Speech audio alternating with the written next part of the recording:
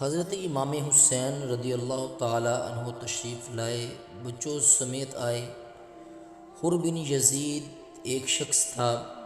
حر بن یزید ایک مختصر سا لشکر لے کر اس نے امام حسین رضی اللہ تعالی عنہ کو ایک جگہ پہ روکا، پھر دوسری جگہ پہ روکا، بالآخر تیسری جگہ پہ روکا تو امام حسین رضی اللہ تعالی عنہ نے فرمایا کہ جگہ کون سی ہے؟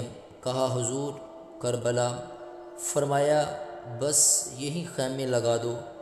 حضرت سیدہ زینب رضی اللہ تعالی عنہ نے پوچھا حضرت امام حسین سے کہ سارے زمانے نے روکا ہے، ٹھیک ہے آپ حق پہ ہیں، یہ بھی سب نے کہا کہ آپ حق پہ ہیں، پر روکا بھی سب نے، آپ رکے کیوں نہیں؟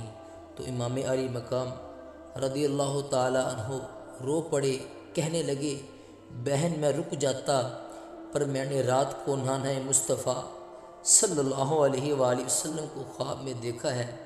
تو حضور صلی اللہ علیہ وآلہ وسلم نے فرمایا حسین اگر آج یہ رواج پڑ گیا نا یزید جیسے لوگوں کا تو قیامت تک پڑا رہے گا، پھر لوگ کہیں گے کہ کوئی نکلا ہی نہیں تھا، تو ہمیں بھی نکلنا، پھر لوگ ظالموں کے سامنے گردنیں جھکانے کے عادی ہو جائیں گے۔